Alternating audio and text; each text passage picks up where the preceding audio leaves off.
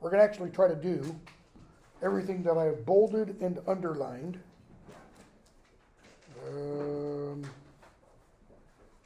On the syllabus, and I'm adding. It's not in there, right? Yeah. Adding Sonnet 138. So,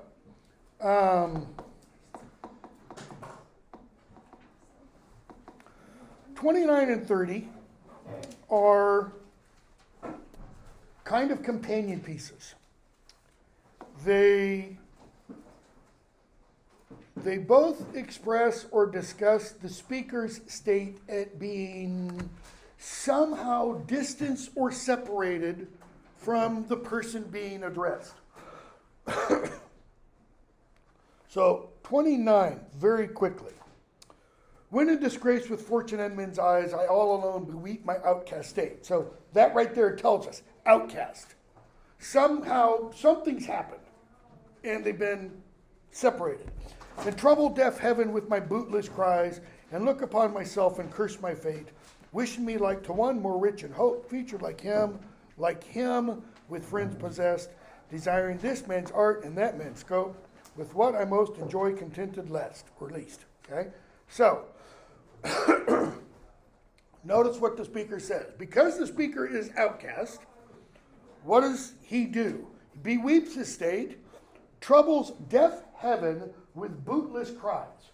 Meaning, pray to heaven, but his prayers, his cries, are bootless. Boot there like booty, not rear end booty, treasure, reward booty. He doesn't get any solace from his prayers to heaven. All right? What else? And looks upon himself and curses his fate. Oh me, my life sucks. And does what? While cursing his fate.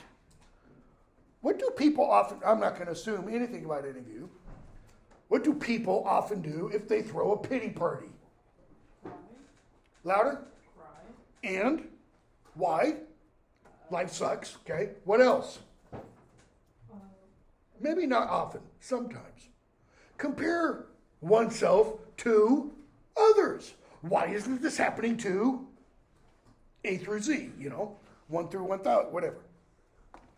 That's what he's getting at. Wishing me like to one more rich in hope. This other person, rich in hope means what? Rich in the belief that that hope will be fulfilled. What else? Featured like him, another individual. I wish I looked like this person. Or I wish like this person I had friends. Probably not just meaning, social media friends, that kind of thing. Meaning friends in power. Friends with pull. Desiring this person's art in this person's scope. Artistic abilities. I hate people who can write and paint and sing and play an instrument. Just, want to get rid of them because I look horrible compared to them on all of those things. So, with what I most enjoy, contented least.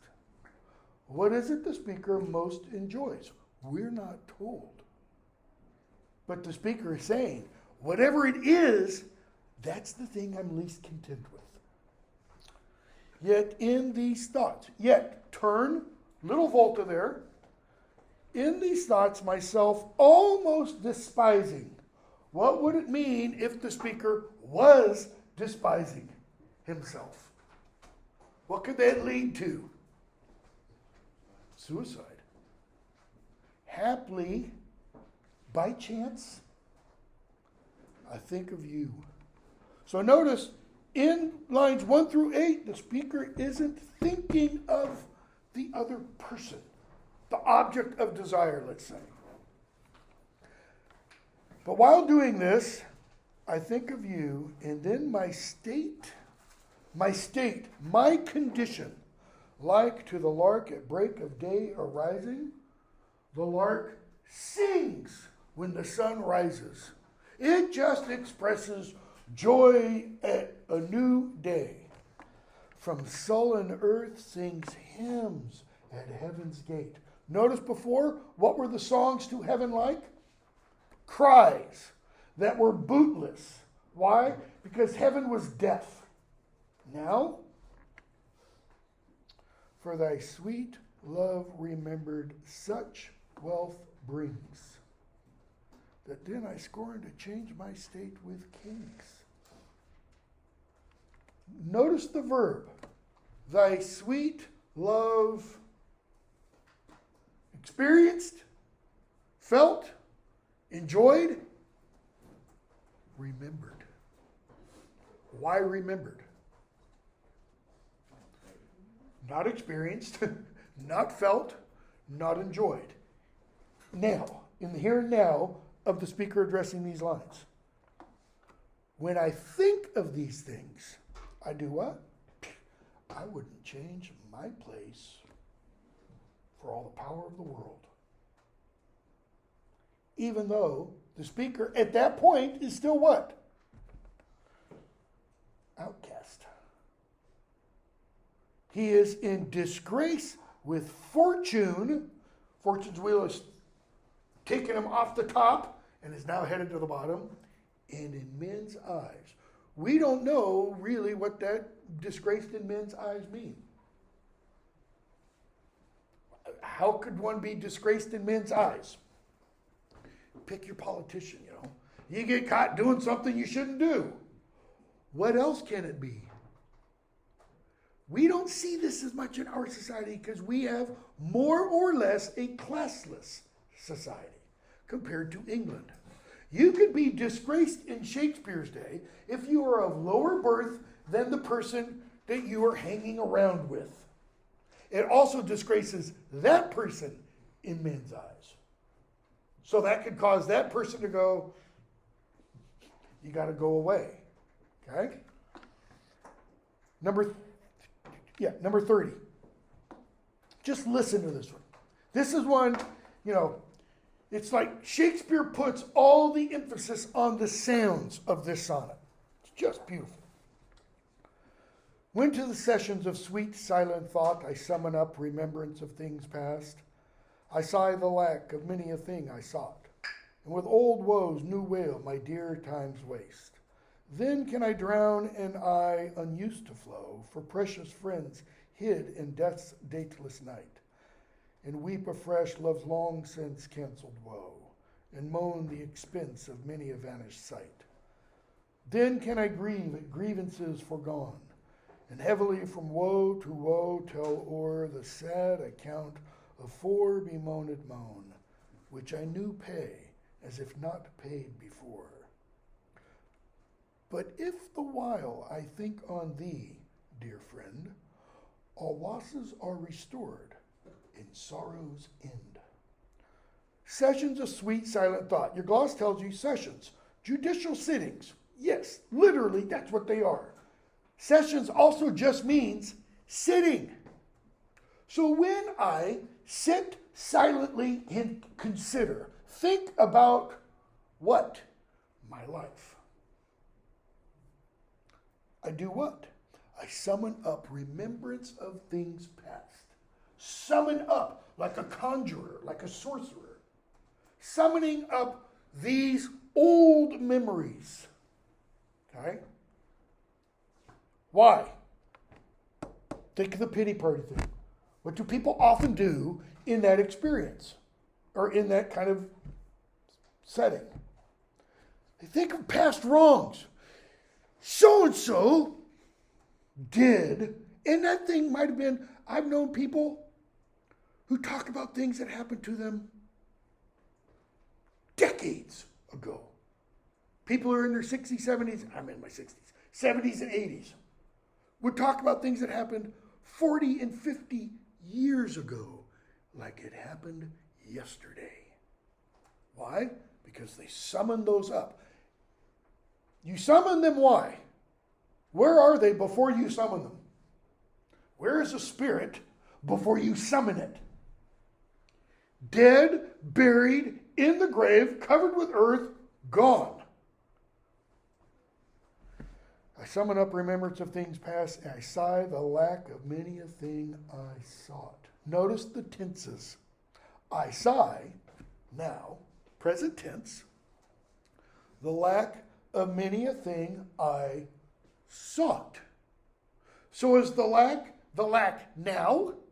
Or is the lack back then of those things I sought? And the implication is, and didn't get, didn't attain. Again, I know people who still will complain about something they didn't do that they wanted to do. What's the problem with that? You know, what is it Pumbaa says? I think it's Pumbaa, Timon, whichever one. Lion King. Hakuna Matata, right? What does that mean? Anybody? I'm seeing faces nodding and everything. Means no worries. And you gotta put your past behind you. Behind means what? Back there. Why? Because you're facing this direction. What can we never do? We try. People try to go back. You can't go back. So, I sigh the lack of many a thing I sought. And with old woes, new wail, my dear time's waste. Old woes, old sorrows, old mournings, old mourings, mournings, old complaints. I do what? New wail. I sigh, I moan, I complain. Now. What? My dear time's waste. So I sigh, moan, and complain now for what? The time I wasted back then. And yet, what else does it mean? How much time left? Partially.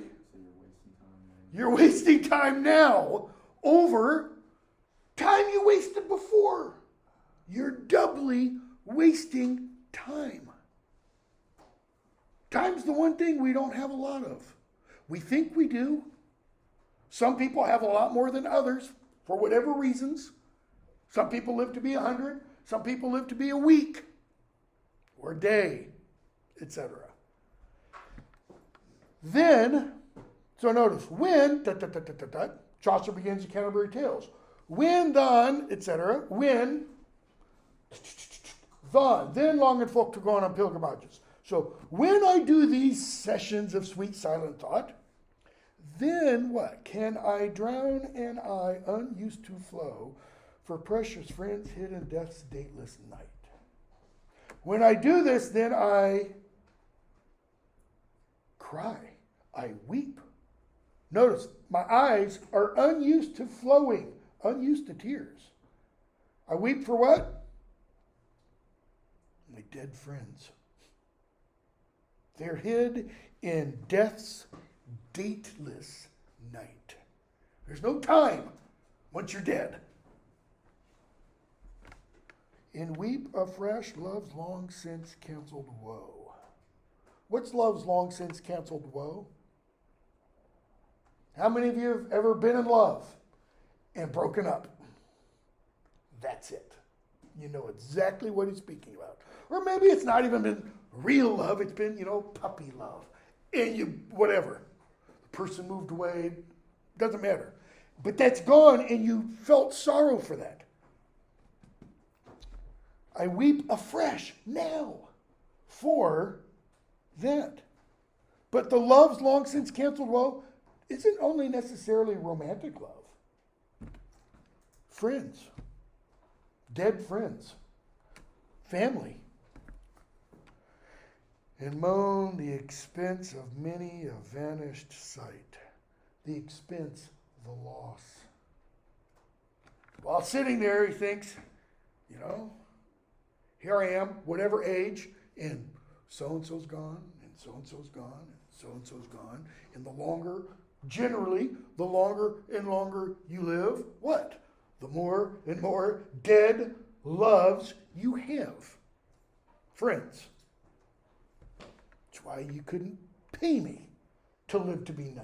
I sure as hell hope I don't live to be 90 because the longer you live, the odds become greater what? What else? And everybody else dies. Who's the everybody else include? What does a parent never want to do? Bury a child. Whether you're 20, you do that, or you're 80 and do that. It's not supposed to happen. That goes against, the flow of time, so to speak. So, then can I grieve, line 9, at grievances forgone. So when I sit in these pity parties, my terminology, I also do what? I grieve now at what's meant by grievances?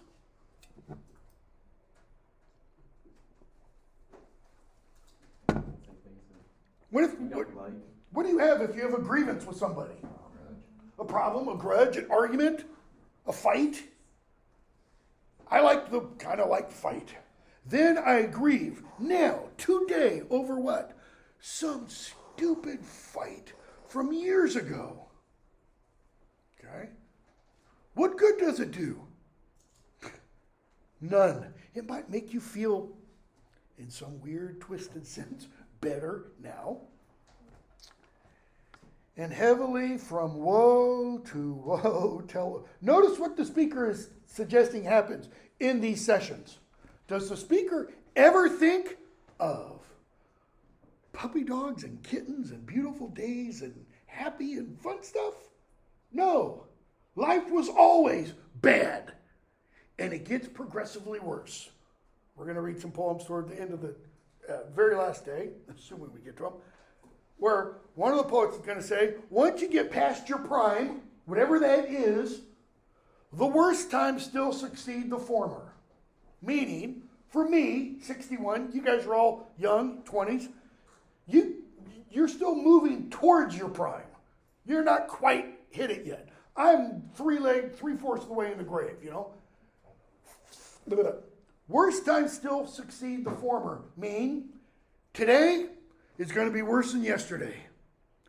And yesterday was worse than the day before. Lily's like, stop, it's horrible. And tomorrow's going to be worse than today, and next year's going to be worse than tomorrow, and etc. Or worse than this year. He counts these. That's what it is to tell o'er. The sad account of 4 bemoaned moans. I remember this bad thing that happened to me, and this bad thing that happened to me, and this bad thing that happened. I'm not kidding when I say I know people who are like this. I have a family member. It's like all this person remembers is the bad stuff of life. None of the good stuff. By the way, it makes you psychotic. Yes? Do you think that's actually true, though? Like, you hit your prime and then everything from there on? No, of course not. Oh, okay. I mean, just think of, as an example, there are certain actors who are past their prime. However you define prime. Some people say prime is in your 20s. I mean, we could talk physiologically. Physiologically, most men and women are in their prime in their 20s. That is, their bodies are strongest, healthiest, etc., etc. Men, as an example, once they hit 40, testosterone level drops by 1% every year. Well, that affects it has something to do with sex. It has little to do with that. It has an awful lot to do with how well this thing works, and how well this thing works, and how well the lungs work, and the muscles, and all that kind of stuff, okay? So, is past 40 meaning you're no longer in your prime? A lot of doctors today will say your prime is from your 20s to and I think part of it is they want to be namby-pamby, into your 40s. I don't think so. I wish I had started marathoning when I was in my 20s rather than in my 40s. Why? Because I would have had a lot more years to run. I can't run anymore because of my knees. So, no, I don't think that means life gets worse and worse and worse. You couldn't pay me, I'm not kidding, to be your ages. Hell no. Why? I don't want to learn the same mistakes. I don't want to learn from the same mistakes. School of Hard Knocks is a very good school to learn from. So, the sad account of 4 bemoaned moan, which I knew pay. That is, I'm paying them again, as if not paid before. And it's almost like the speaker is saying, School of Hard Knocks, I didn't learn from that event. And so I counted again. Why? Kind of to metaphorically go, look, stupid, you did this before, don't do it again. But, huge, big but, if during all of that, I think on thee, I'm summing up all these bad memories, and if for a moment, boop, you pop into my mind, what happens? Dear friend, all losses are restored, and sorrows end. Why?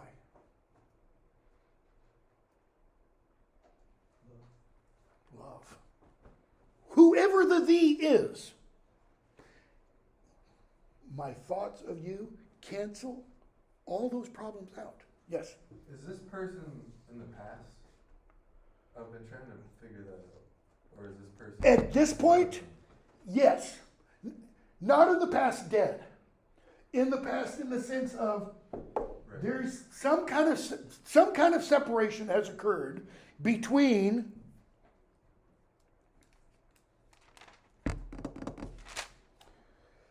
at least before Sonnet 29.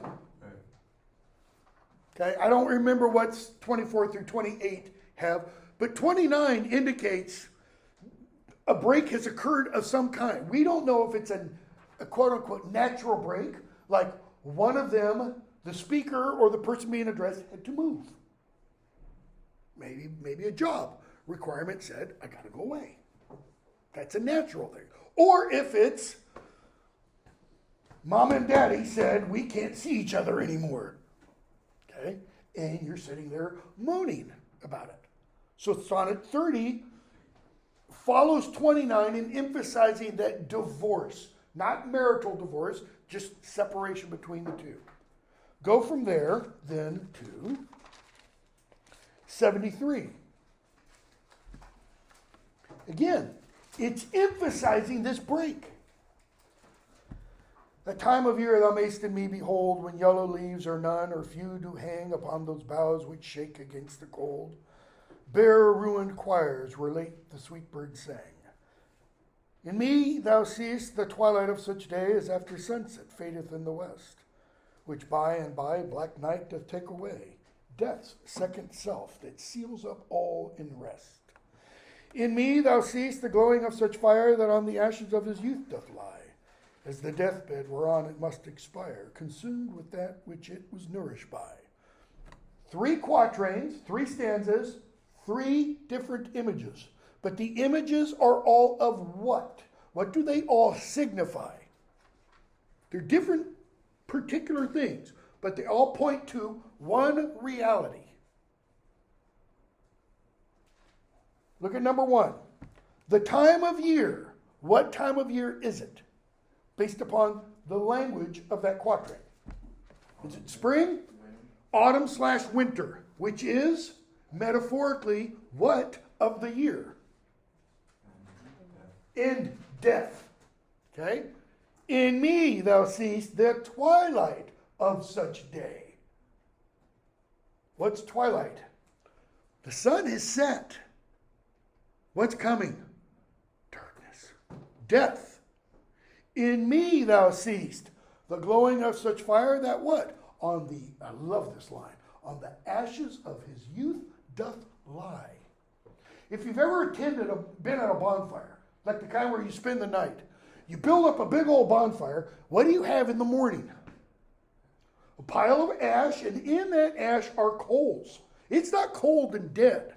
You just try this sometime. Here's a little, hard knock of reality. Stick your hand in a pile of ash from a big fire. It'll burn. You'll learn quickly. Don't do that. Okay? Notice, the pile of ash is caused by what? The youth. The youth burns and becomes that. Why? Because I'm what? I'm the burning out, so to speak, of my young age. That's why I think I've said before here, none of you right now is the same as you were when you first began this class. I'm not the same. Things have happened to us. Things have changed us. We've aged. Some of it might be imperceptibly. Some of us feel like, the grave's right there and I'm just going to trip my way into it. Okay? So, three different images of death. What does death always imply if there's more than one person involved? One lives and one dies, right? So what's involved? Loss. Separation. Think wanderer, exile, lament. Okay? This thou perceived. Now, if I were grading Shakespeare, I would say, will, that's an improper pronoun usage. It should be these. Because the this refers to the three different images. This is singular, three different images is plural. You have to have number agreement. This thou perceivest. What is the this? Death, death, death? Not literally. Because what is death also an image of? Separation. Separation of soul from body, separation of one person from another person. So this divorce, this distancing, this separation, you perceive, which makes thy love more strong. Right? Have you known someone who's dying?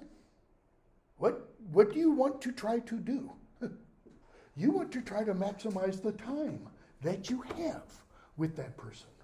Because you know, I don't have much time left. This is why it is soapbox. This is why it's so important to say to those you love, I love you. Because you don't know when you won't be able to say that again. Look at those people in Nashville. People went to the bank the other day, just thinking they were going to work, taking out money. And some wacko guy who got fired comes in with a shotgun. Killed 5, wounded 9, I think it was. 25 years old because he got fired. Goes off on a crazy, crazy world. This thou perceive which makes thy love more strong, to love thou well, which thou must leave, your gloss tells you lose, ere long. Is it because the speaker is dying? No. It's because they've got to separate. And a separation is a kind of death. Okay? Look at 93. Totally different kind of sonnet. Okay? Huge change of emphasis, huge change of thinking. 93 and 94 are companion pieces. 97 and 98 are companion pieces. That is, you really got to read these together. That is, you have to read 93 with 94, and you have to read 97 with 98. I actually have a course that's been approved. I've never actually gotten to teach it. Don't know why. I did a course proposal years ago, probably close to 10 years ago now, for a single semester just on Shakespeare Sonnets. Just to read all 154 and really get into the narrative that develops. Because when you read them all, you do get a story. It's not a story that's simple linear plot. It's kind of like Beowulf. You have a little digression here, a little episode here, a little thing off here, but overall there's a story. So 93 and 94, a different part of the story. So shall I live, supposing thou art true, like a deceived husband. So let's just stop right there. What has the speaker just told us? Want to be oblivious. Notice, supposing thou art true. What does that mean? You're not true. Supposing that you seem to be true, that's a subjunctive condition contrary to fact. Probably one of Shakespeare's two favorite themes. Appearance versus reality. How things appear versus the reality of the situation. The other one is time's effects. How time affects all of us. Ultimately, it destroys us. Okay? So shall I live, supposing thou art true, like a deceived husband. The like a deceived husband is referring back to the I. I will be like a deceived husband, supposing thou art true. Little quibble. A deceived husband doesn't suppose the wife is true. The deceived husband believes the wife is true. There's a difference between believing and supposing. Supposing kind of implies, yeah, I might have reason not to. Okay? But that's not what's going on here. So shall I live, supposing thou art true, like a deceived husband. Pause. So love's face may still seem love to me, though altered new. Thy looks with me, thy heart in other place. So the speaker tells us why I am going to suppose you are true. What is it? Still seems like that person loves the speaker. I want to believe that you still love me. So, therefore, or that love's face may still seem love to me. What's love's face? It's the other person's face and the love that is in that face. Okay? May do what? May still seem love to me. That is, love directed at me. Though altered new. That is, there's something different about your face. I can't quite put my finger on it. Thy looks with me, thy heart in other place. That is, you're looking at me, but I know your heart is what? It's with that other person. What have we just seen? Speaker, person being addressed, third person. Speaker, golden-haired youth, third person. Not referred to by dark lady, color of skin, anything like that. All we're told is that the person being addressed, all that's insinuated, is that the person being addressed is now false. Let's put it that way, okay? For there can live no hatred in thine eye, therefore in that I cannot know thy change. Why can there live no hatred in the person being described's eye? Because the person who is looking at that person, the speaker, looking at that person, sees only what in that other person's eye? Love and truth and beauty and honesty and faithfulness and loyalty and all that kind of stuff. Why? Supposition. Why? Because that's what the speaker wants to see. Because if I see and I think you're being a lying, cheating, fill in the blank, kind of changes the whole relationship, right? So I can't see your change in your eye. Speaker's also saying, I think you're cheating on me, but I can't tell. You know, there's no lipstick, so to speak.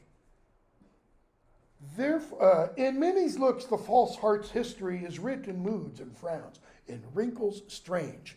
And this is an example, I think, of Shakespeare being, a great observer of human nature. Like he sees these couples, and he knows one of them's not faithful to the other one, and he can read the body language. Looks at the one's face and goes, that person isn't smiling and isn't laughing at the jokes like he or she used to.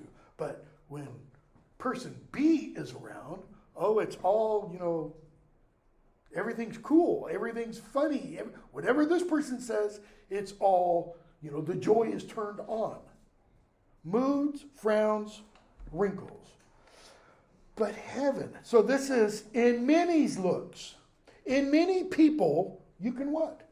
You can tell when they're not being honest with you. But you, heaven in thy creation, did decree that in thy face sweet love should ever dwell.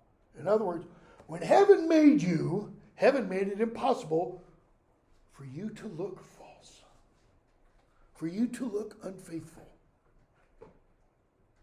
Whatever thy thoughts or thy heart's workings be, thy look should nothing thence but sweetness tell.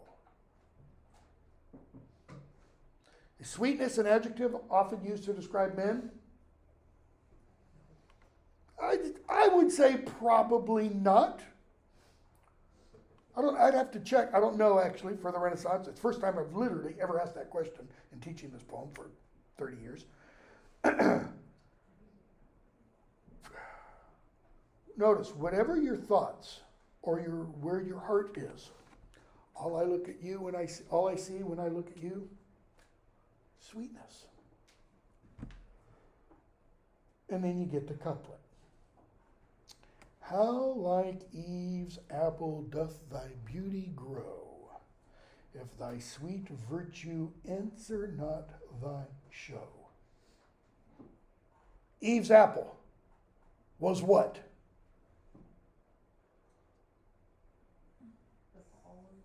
Fall, Adam and Eve. It's the beginning, not the apple in and of itself. Let's say this is the apple. A lot of people would say, this is the apple. Jonathan Haidt, a social psychologist, has argued in print, in sociological journal, this is the number one cause for teen women's depression. And this, not only the phone, constant, like hooked directly into the brain, but social media, and I've got to look like I've got to keeping up with the kind of thing. So he goes on, tree of knowledge.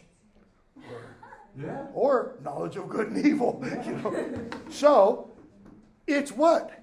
In and of itself, it's nothing. It's only when you take the bite that you discover what?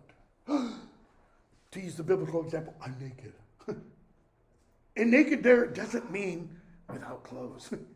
It means open, bare, like another person can see what? The real me. Hell no. I'm going to cover up everything, Okay? So, how like Eve's apple doth thy beauty grow? Meaning, look at that. That looks tasty. That looks good. If, what? Your sweet virtue answer not thy show. Where's the sweet virtue? Inside. Where's the show? Out here. In other words, I'm going to use a term that some might consider sexist, but it can apply to men or women, because I've had women apply it to me when I go to a checkout somewhere. Well, honey, what do you need? Okay. Honey, you sure look virtuous. The speaker's saying, if you're not virtuous in here, then you're what? You're like the apple of temptation. And I take a bite, and I get consumed with sin. Okay? What kind of attitude is the speaker showing us? The individual being addressed, what? Can that individual be trusted? I'm going to suppose you are true. That's kind of indicating, but I know you're cheating on me. 94. They that have power to hurt and will do none. Do I have 94 in the syllabus? Yes, I do. They that have power to hurt and will do none, that do not do the thing they most do show, who moving others are themselves are stone, unmoved, cold, and to temptation slow. Let's pause there. I told my first class, we could spend the entire rest of the period just talking about those 4 lines, because there's all kinds of Aristotelian stuff, the prime mover, first mover, how you cause other bodies to move, all that kind of stuff involved, which we're not going to go into. They that have power to hurt and will do none, that is, and desire not to hurt. Hurt how? That do not do the thing they most do show. Your gloss. We don't really know what this means. It's essentially what the first part of the gloss means. Though they inspire love, they do not reciprocate is one paraphrase. That is, they that have the power to hurt. Hurt how? We talk about love in what metaphor? What do you do when you start to love someone? What's the metaphor we use? We fall in. What happens when you fall? You get hurt.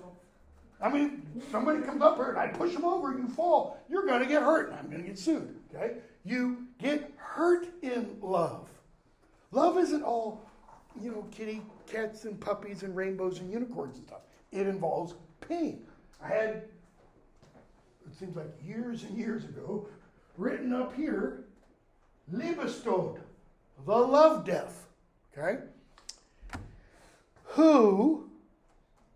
This is those who have power to hurt and don't do anything. They do not do the thing they most do show. What's the thing they most do show?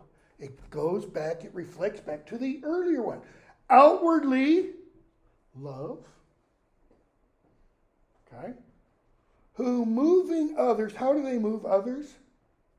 How do people who are gorgeous on the outside move others? Think Sonnet 20. A man, what? Who inhues all men controlling and does what to women's souls? Amazes them. So the image here is of someone who moves others merely by being. How do you do that? Attraction. Moving kind of like, here's the sun. The sun moves the planets around it. This person walks into the room and we would all kind of go, yes, master, be drawn to that. But this person is unmoved. This is why I said it's Aristotelian. God. God is the prime mover, the first mover. But God is not moved by anything. God's the one that moves everything, but he himself, totally stationary. Okay? Unmoved, cold, and to temptation, slow. The way it's really kind of getting at is that this person is totally oblivious of his or her effect on others.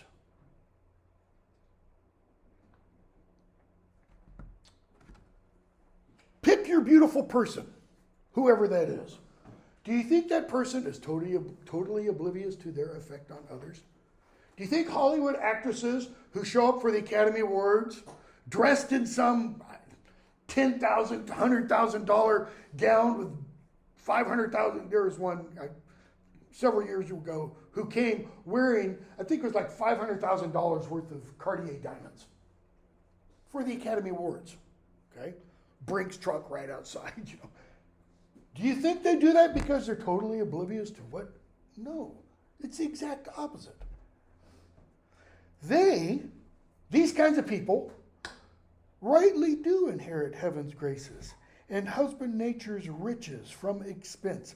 Husband, your gloss says conserve. It doesn't only mean conserve. It means manage.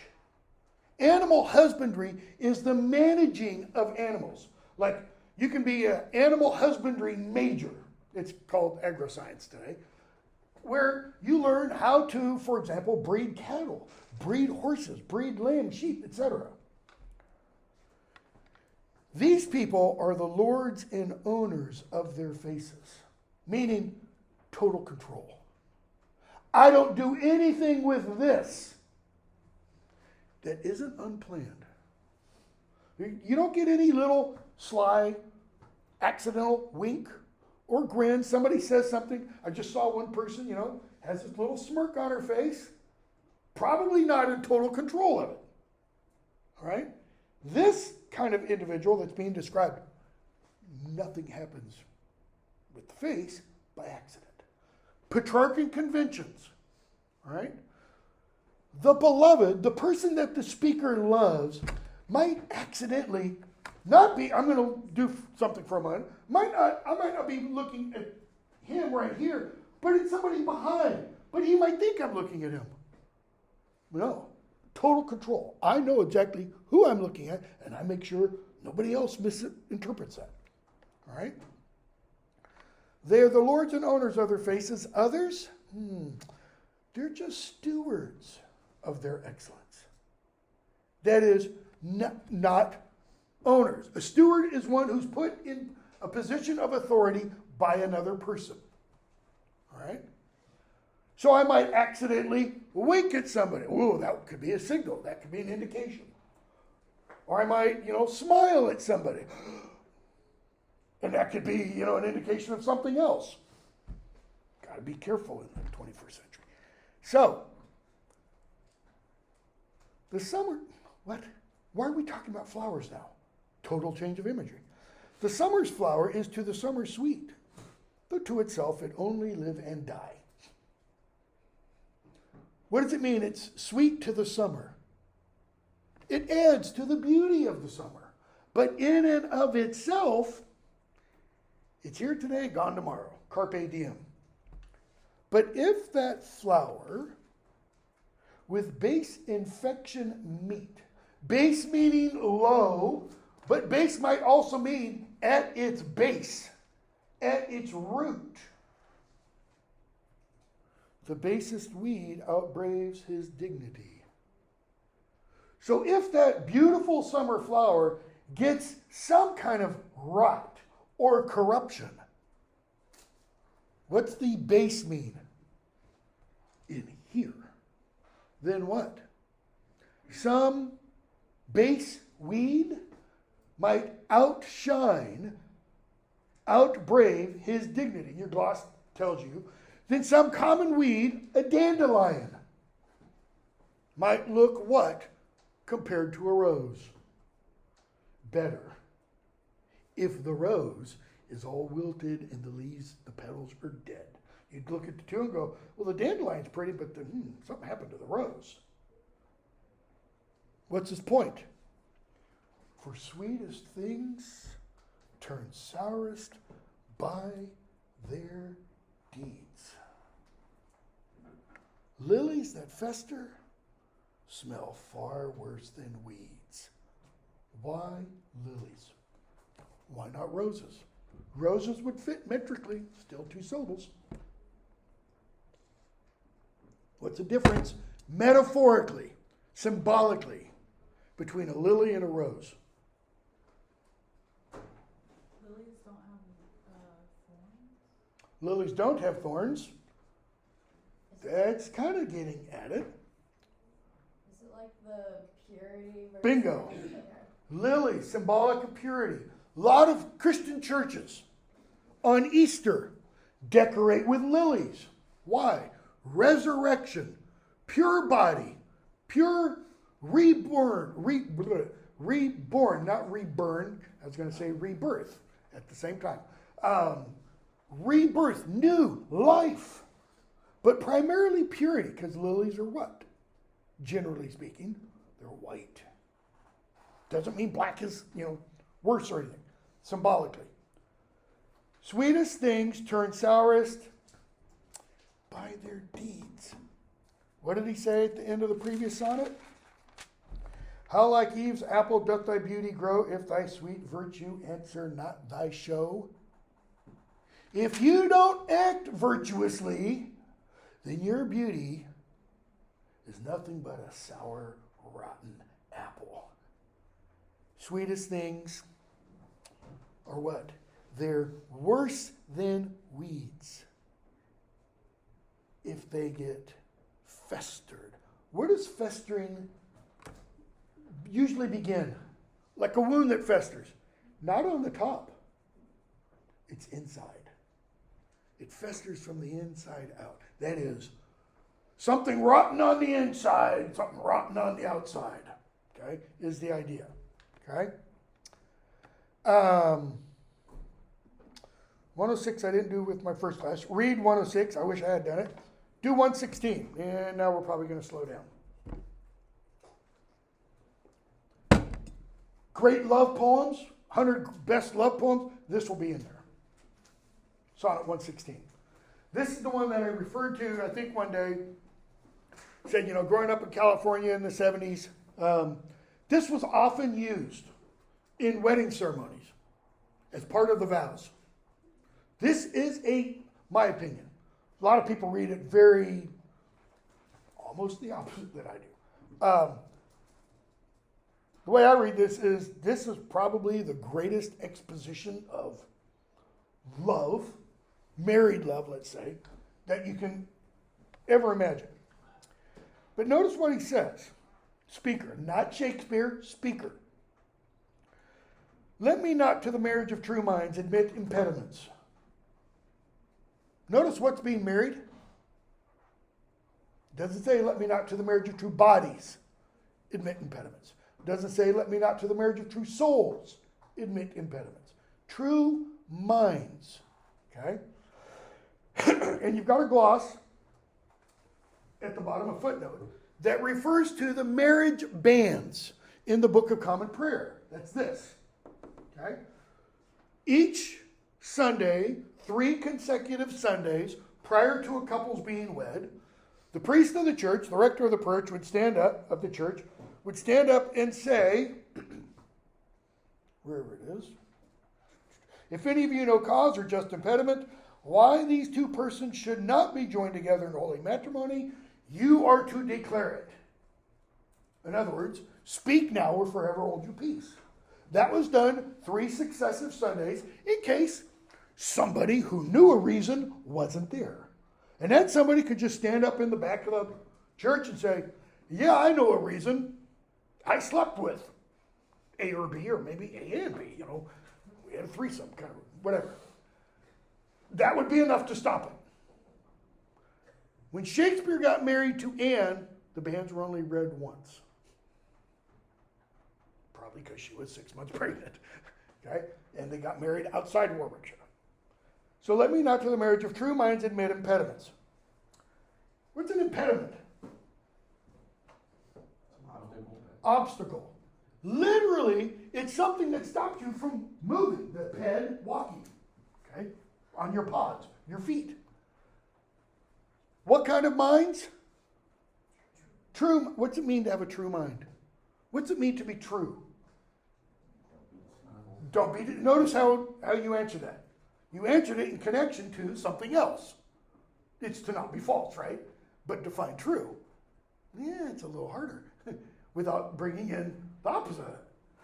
True here can mean that. It can also mean true in the sense of, like if you have a bicycle and your tire is true or out of true. If your bicycle tire is out of true, it no longer looks like this. If you look at it from top to bottom, it looks like this. In other words, it's warped. Stand in the middle of a train track when there are no trains coming and look down those train tracks. Those train tracks are true to each other. They will always stay the exact same distance. Because what happens if they don't? You have a train derailment. Okay? True. Stand in those train tracks and look off to the distance, and what do you see? Those parallel lines eventually meet. Same thing with the true minds. There's a meeting of the true minds. John Milton, about 40 years after Shakespeare, after this poem was published in 1609, writes a tract. It's actually a little booklet called The Doctrine and Discipline of Divorce. Okay, Milton's one of the quote-unquote greatest Puritans in English literature. Puritans they're pretty much not known for divorce. It's, you're married till you die, or you're married till you kill your spouse, in which case death is involved. Milton wrote The Doctrine and Discipline of Divorce, and it's almost like he bases it on this line. Because he says, divorce is permissible if there is not a marriage of true minds. If the minds aren't married. If they are not in literal mental communion. Co-union. And the reason he wrote that is because he and his wife hated each other. I mean, fought like cats and dogs. They didn't divorce. If I remember correctly, I think she died. Not sure why. Not going there. So let me not to the marriage of true minds admit impediments. What's the speaker really saying? If the marriage is true, if the marriage of the minds is true, if the minds are true, there can be no impediments. Nothing can stop that marriage. And stop doesn't mean before the marriage occurs. Nothing can stop that marriage from going on. Love is not love, which alters when it alteration finds, or bends with the remover to remove. Your gloss is not helpful for remover, so don't even bother looking at it. So what does that mean? It isn't love which alters when it alteration finds, or bends with the remover to remove. What is alteration? What do you do when you alter something? You change it. So it's not love if it changes when what? When it finds change. Use this example. You have a husband and wife. They're quote unquote happily married. Until husband starts glancing and he now has a girlfriend. Not just from glancing at what's happened. In other words, husband has done what? To the marriage of the true minds. Or the marriage of the minds. I'm not going to say they're true at this point. Altered. This is the alteration. What does the wife do? If it is a marriage of true minds. What does the wife do on her part? Does she say, give him the finger, shotgun blast, doctrine of discipline and divorce? No. Love is not love, which alters when it alteration finds. What's the speaker saying? Make the same decisions. She go meet a man. Nope. Just the opposite. Nope. This person still loves this person. Yeah. Look, if only you could see your faces. Because your face is like, ew, that's disgusting. Get rid of him, dump him, etc. Okay, put it on the other foot, same thing, right? Speaker is saying that wasn't love. If this person changes towards this person because this person changed towards this person. It's only love if this person still acts towards this person as if nothing has happened. Wait, stop, I can't understand. Okay? Let's say it's not a girlfriend. Remove this entirely. Let's say the alteration is one of them has to move. Let's say this is Anne and this is Bill, Shakespeare. And they're in Stratford and they're married. And Bill suddenly leaves. 7 lost years, 1585. He leaves. We don't know where he goes. He's in London as of the early 1590s, and he's in London for the next 20 years, as far as we know.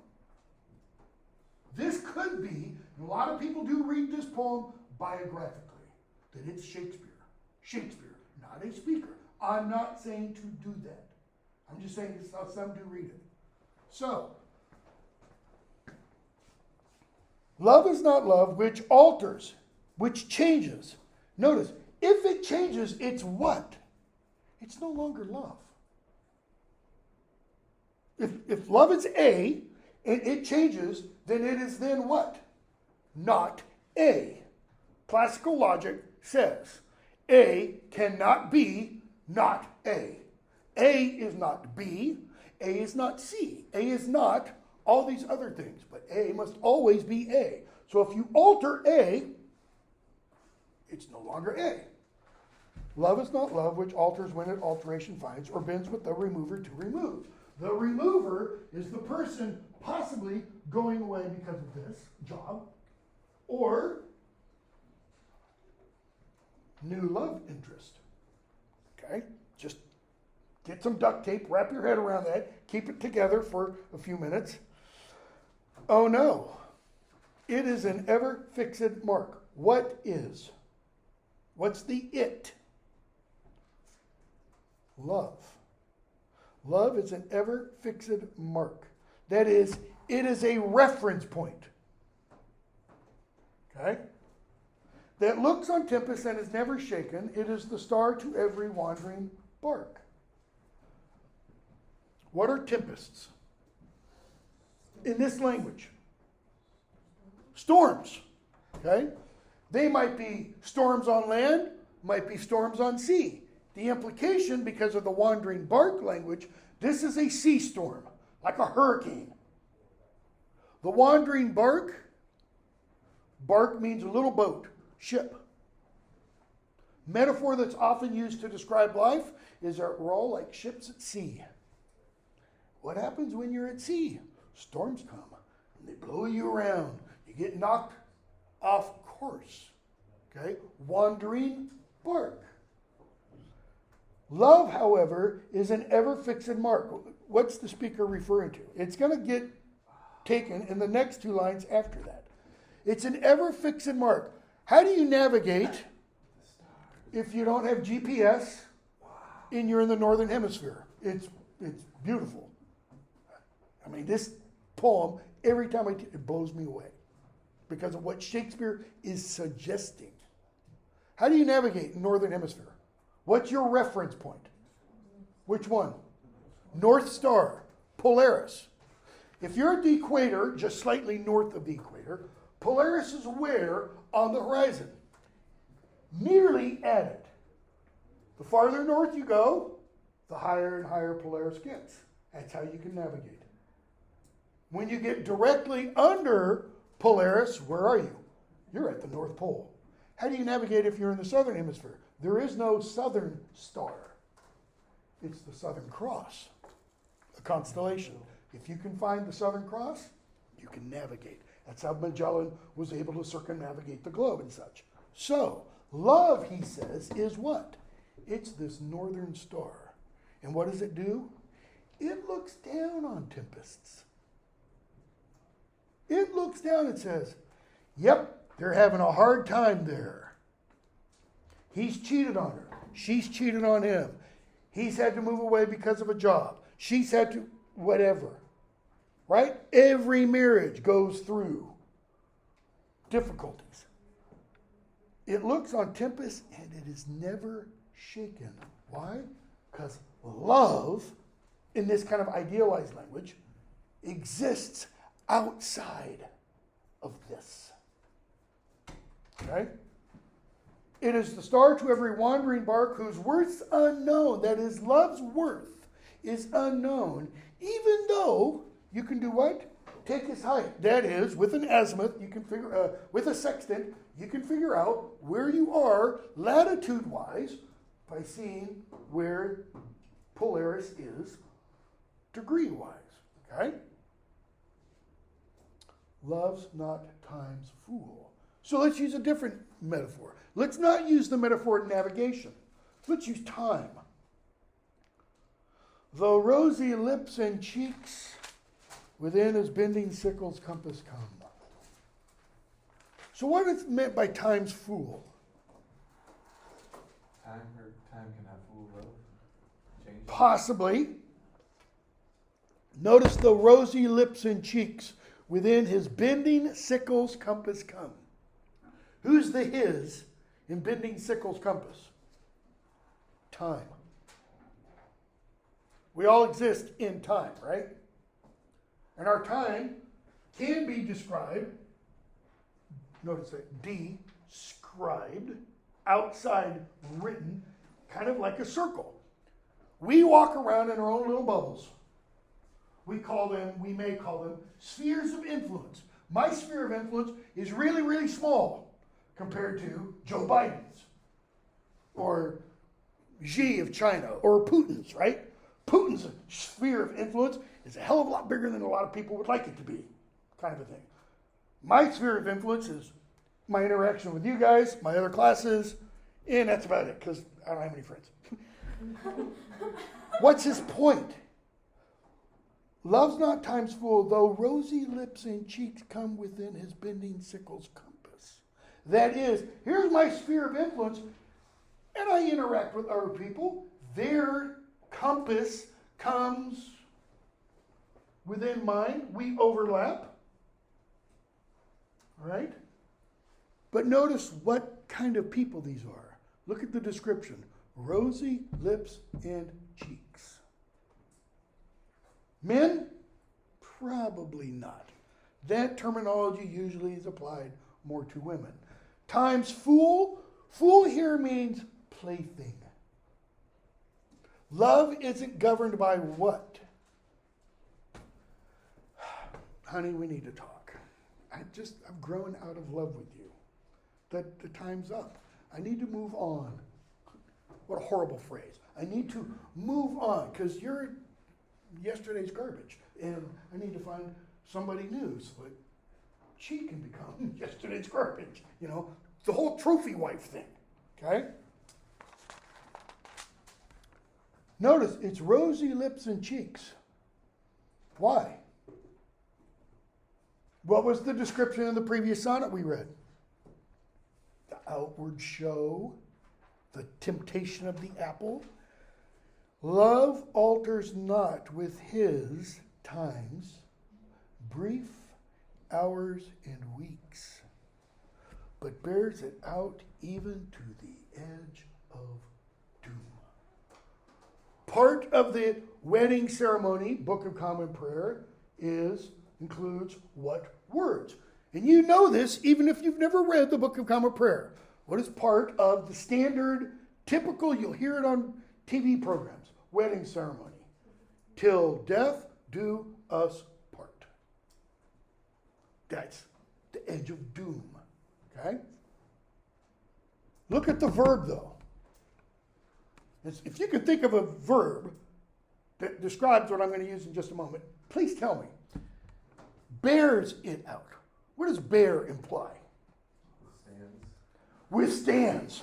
Endures. Suffers. Yes, honey, I'm going to carry your sorry, worn down carcass with me till I die, you know. My wife and I joke because, you know, I've had these surgeries. In a month, I'm having this elbow and wrist done. In August, I'm having this knee done. She just had her hands done. We're just, you know, far apart. Yes? What does your wife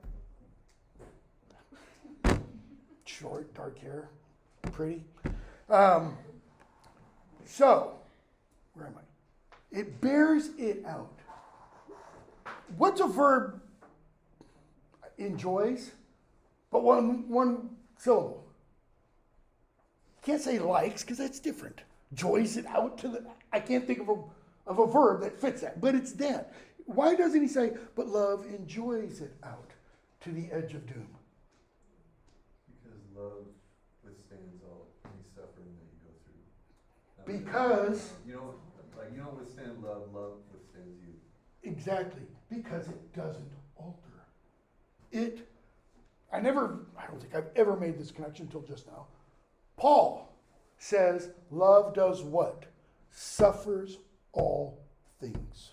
Suffer there doesn't mean it's all painful. It means it endures, however. It takes everything. That what throws at it? Time. The world. You guys are all, as I've said before, you're all in your prime. Wait till you're my age and you're going to be going, he was right. You know, you fall apart and such. And then Shakespeare just, the coup de grace, the sheer genius.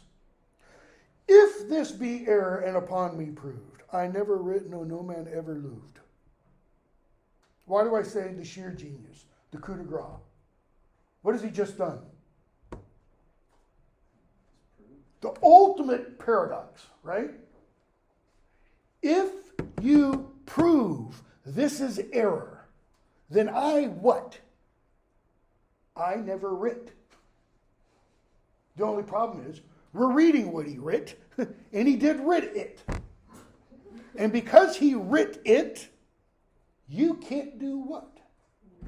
You can't unprove what he said. I mean, that's just genius. Paradox. Right? True, and yet at the same time untrue. Yes, Lily. Do you think people of this time like acted on this more than today? Because I feel like right now it's so easy Oh, yeah. to just say like, We're oh, done. you're gonna get a divorce, or you're a toxic person. So I'm They just didn't gonna- have no-fault divorce in Shakespeare's day. We didn't have no-fault divorce in the United States until the 20th century. No fault meaning you just go to a judge and say, we want a divorce. We don't love each other anymore. And, I don't want anything she has. She doesn't want anything I have. Just split it. Just walk away. Walk away, walk away. It's no whatever. That's a fairly new invention, so to speak, in human society. In Shakespeare's day, divorce was a major, thing. Right? Yeah, and my reading, I can't help but wonder if this is intended for Anne Hathaway, for his wife. He's been in London. Let's say it's written in the mid-1590s, say 1595. He's been away from home for 10 years. From what we know, we may not know that Shakespeare was home every summer. It's just that documentary evidence, written stuff, 1585 to 92, Shakespeare sails off the edge of the earth. There's nothing that references him. 1592, until his death, lots of references. Stuff he's doing in London. Buying, selling property, being sued, writing plays. People are referring to him in letters and journals all over the place. Okay? And then he goes back home. Lives 3 or 4 years. He goes back home 1611, 1612. Dies, writes his will, and he leaves his wife, just one second, he leaves his wife the second best bed. Which makes people go, exactly what Lily did. What? What do you mean he leaves her the second best bed? Why doesn't he leave her the best bed? Second best bed, it is thought, it's been argued by some, is the bed that's been slept in the least. In other words, it's really the best bed in the house. It's like the guest bed, because the best bed would be the bridal bed. It would be the husband and wife's bed, which has seen, I'm not using this in a sexual tense, a lot of action. It's just been used. They didn't replace mattresses like we do today. And their mattresses were generally filled with straw. Not real comfortable. So Shakespeare, possibly, by leaving the second best bed, he's leaving the one that is the newest, the least used, to his wife. As far as whatever else, he doesn't mention books at all, which makes a lot of us go, what the hell? He had to have a bunch of books, because the source of his plays had to have been a bunch of books. Question? Comment? How many people could actually relate to his sonnets? Like, I'm sure they're great. I personally don't like Shakespeare. But, like, in Let me his make a time, note of that. like, in his time, how many people could actually choose their partners and stuff? A lot of people. Yeah, unless you're upper class. And especially royalty. Royalty had no chance. They did not get to choose who they married. Unless you're king. In which case, as Mel Brooks says, it's good to be the king. Because you can choose whoever you want. Even if she's already married. Because you get her unmarried. And you do that easily. He gets killed. You kill the husband and she's now available. Okay? Not ever indicated that Henry did that, though he did kill one of his wife's lovers before she was his wife. Kind of. Idealized? Possibly. Okay? 10 minutes left, and we have way too many poems left. 127 and 130. Okay, 127 introduces the dark-haired lady, or the dark lady. 116, let me go back for just a second. In terms of, the golden-haired youth, the dark lady, your guess is as good as anybody else's who this poem might be referencing, if it references another person at all, or if it is just addressing love. And I think it's pretty clear it's married love, okay? But it might not be. This might be the marriage of true minds. I had it written right over here the other day. It might be that entirely. This could be entirely platonic love. Because that's kind of what Milton meant by marriage of the minds. Doesn't have anything to do with sex or bodies. It has everything to do with a mental love and appreciation for. And so the speaker might be, let's follow that for just a minute, might be saying that the speaker is talking about the love for this person. And I don't care what you do with her. Go have as much sex as you want. That's not, according to Sonnet 20, what the speaker says, I'm interested in you for. Your treasure be what? Their love's use. Me? No, I want your mind. So this could be entirely about male friendship. Or we could extrapolate female friendship without it being sexual or romantic at all. And when you read it that way, it's kind of like, well, that's even more mind-blowing. Okay? 127, 130 are both about the dark lady. 129 maybe also. In the old age, black... no, I'm going to skip 127 for now and do 130. 127 is all about how now black is the heir of the old idea of fairness, whiteness, as being beauty or beautiful. And the speaker says that black is now the model. Why? Because the person being addressed is dark-skinned and has dark eyes. Okay? If we have time, we'll go back to it. Maybe we'll talk about it a little bit on Thursday. What day is today? Today's Thursday. Tuesday. Sting did a song and an album titled My Mistress' Eyes Are Nothing Like the Sun. Good album, good song. My mistress' eyes are nothing like the sun. Coral is far more red than her lips red. If snow be white, why then her breasts are done. If hairs be wires, black wires grow on her head. I have seen roses damasked red and white, but in no such roses I see I in her cheeks. And in some perfumes is there more delight, my absolute favorite line of all of Shakespeare, than in the breath that from my mistress reeks. Think of something really, really, really foul smelling. A dead carcass on the side of the road that's been there a few days. It's got maggots and everything. Or vegetable and fruit refuse at the bottom of a trash can that's been out 95-degree heat for a week. That's what his mistress's breath is like. Okay? It should be stomach churning. I love to hear her speak, yet well I know that music has a far more pleasing sound. She probably very nasally. I grant I never saw a goddess go. My mistress, when she walks, treads on the ground.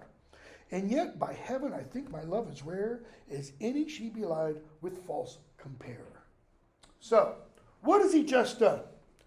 Catalog of beauty, right? Blazon. I mentioned this the other day, where you catalog or map out the beloved's beauty. And you start up here and you work down, okay? Shakespeare has just turned it into an anti-blazon, because he takes all the standard tropes of what is beautiful and flips them, turns them on their head.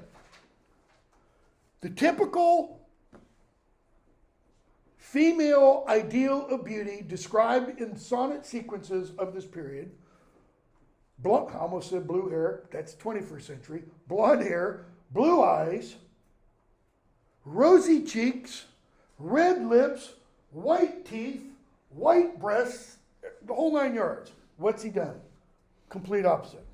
Her eyes are not like the sun. Why? Back to 127. Her eyes are black. opposite of the sun. Okay?